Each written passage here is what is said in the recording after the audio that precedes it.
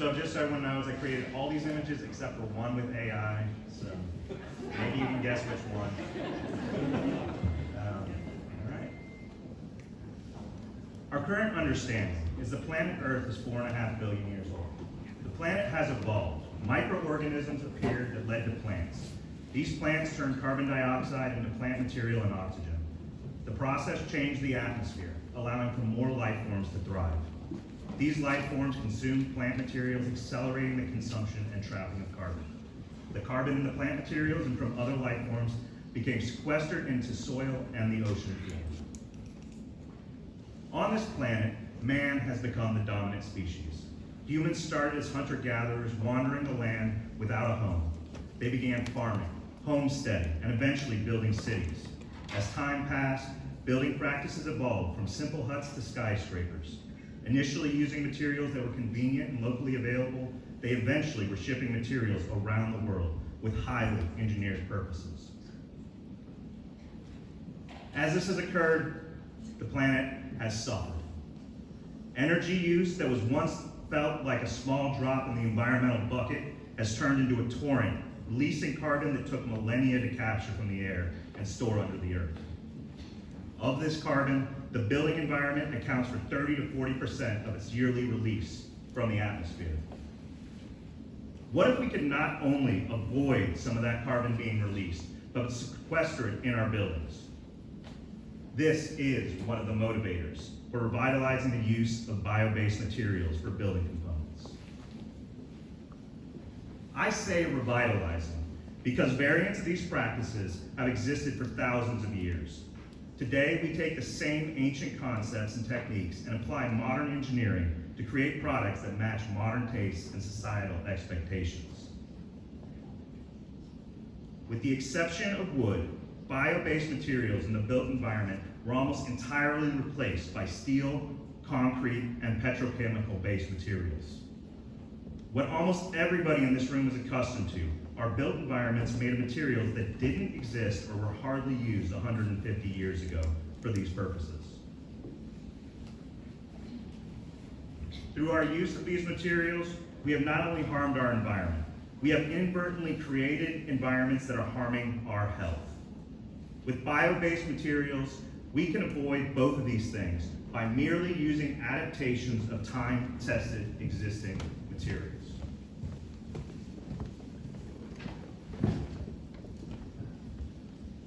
These products create healthier environments for the people living in the buildings, the people that make and install the products, and the people who must demo and dispose of these products.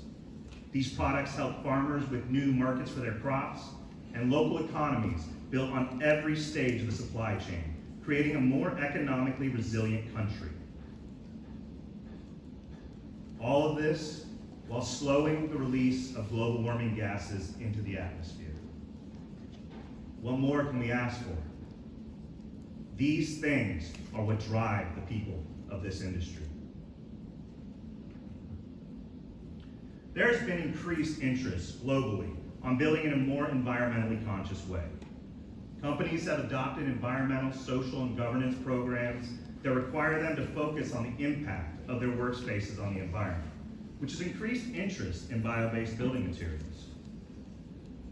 Over the past 5 years, the number of bio-based products being developed and released are occurring at accelerating rates. Products that function as insulation, structural components, and finishes to new furniture and interior design options. Groups have worked to overcome technological and regulatory hurdles to make these materials more accessible and push the industry forward. Larger focus has been applied to embodied carbon, a metric which bio-based materials excel at. Governments around the world have begun investing in bio-based materials and promoting their use.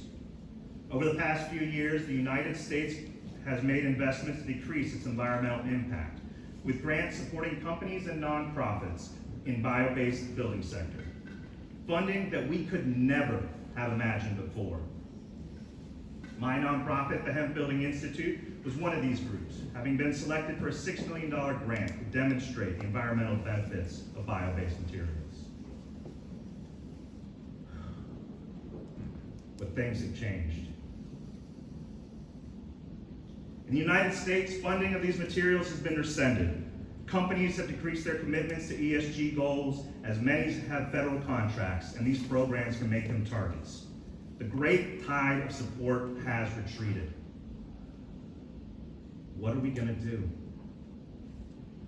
Most people in this industry are not here only for financial success, but because we are aware of what is at stake. We fear for the world that is being created through greed and destruction. We worry for our children and future generations. We know that without balance, the weather will become more chaotic and destructive. The goals that have been set by international groups for limits to climate change are quickly being surpassed. The devastation prophesied by scientists is sure to come if we don't act. Increased temperatures, devastating weather patterns leading to drought, famine, and eventually war for natural resources as we fight to survive. What are we going to do? The same thing we've been doing for decades. Fighting against what feels like insurmountable odds. Because someone has to, and if we don't, then who will? I grew up in a punk rock community. A DIY world where no one could tell us what we couldn't do. We don't need you. I can do everything myself with the help of my friends. I don't know if you come from a community like that, but I get that same feeling here. We can do the impossible because we are doing what's right and no one can stop us. This is a community of entrepreneurs, of big dreamers, of do-gooders, of the relentless and unstoppable. We look for the obstacles, we see the obstacles, we move to change the obstacles. A community of vision and will aligning in harmony with the planet around us. A world that is crying out for help and we hear it. We listen and we work. What are we gonna do? We're going to band together, this motley crew, and echo the needs of Mother Earth. We are going to take the broken system and rebuild it to help instead of hurt. We're going to build it back better. Build it from better materials. Build it in better ways. Build a world that can be sustained for the long term. We have one planet, and only we can save it. As I stand here in front of you at the start of the Advancing Biobased Construction Summit of Living Future 2025, I am filled with energy. I am filled with hope. I am filled with joy. Times may be tough, but what are we going to do? We're going to change the world.